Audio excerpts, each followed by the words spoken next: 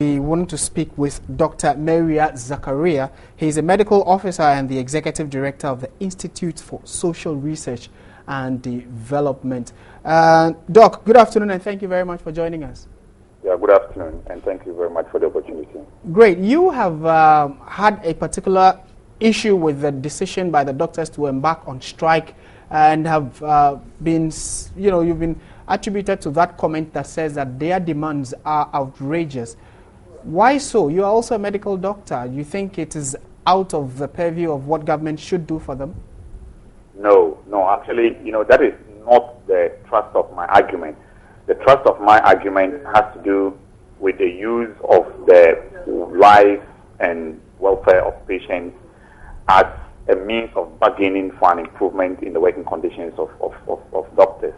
I mean, for sure, the demands are outrageous, but it is explainable by the argument that they are not asking that particular amount be given to them.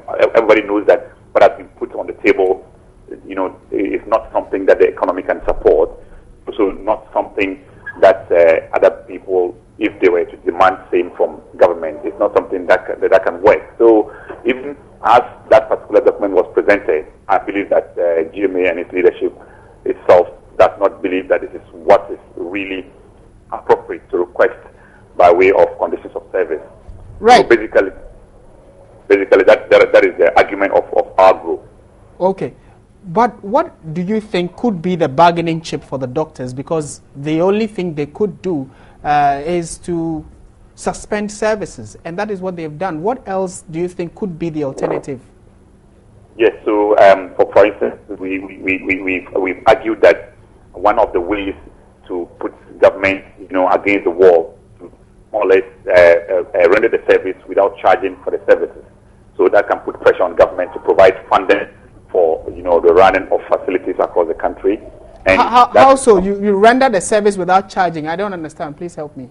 No, for instance, in the hospitals, the way the hospitals operate, doctors are those who charge patients for particular services that they pay. So, for instance, if you came to my facility and I treated you on behalf of the facility, I would indicate the amount of money that you are supposed to pay, whether it's by health insurance or it's by cash and carry. And even if it is by health insurance, the doctor is also expected to complete certain documents that would be used to make claims at the National Health Insurance Authority for government to use to run the facility. Now, you can punish the state, or you can stress the state by saying that you treat the patients and you tell the patients that the treatment is free. So you go home. And then, there's pressure. There will be pressure on government, and government will be forced to, do something about your situation. You do that for a day or two, and at a public health facility. And that could even be used to augment your payments and your conditions of service.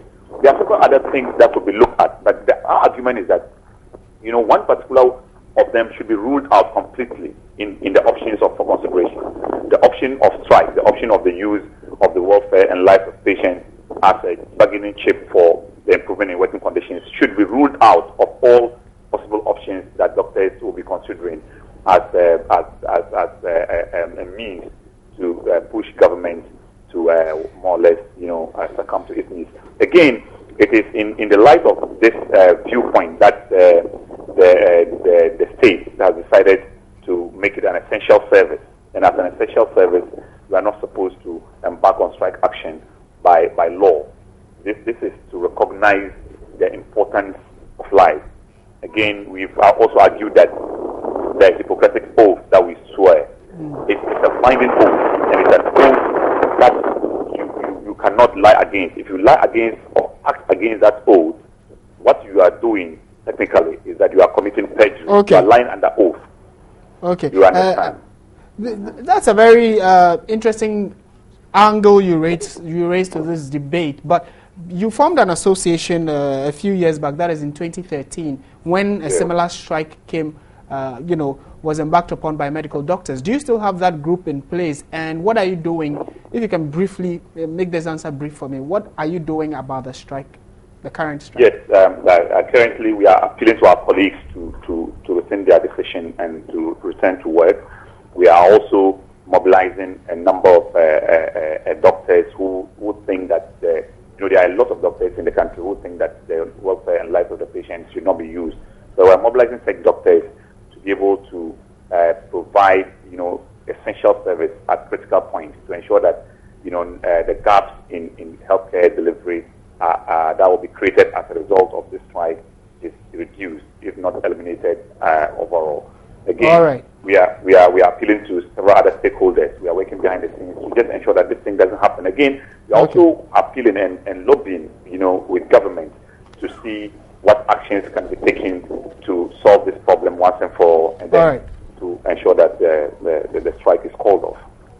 Thank you very much, Doc, for your time. Thank you for speaking with us. Dr. Maria Zakaria is a medical doctor, and he is also the executive director of the Institute for Research, Social Research and Development, raising a totally different angle to how the doctors could have embarked on a strike or, demanded their due instead of leaving patients to their fate.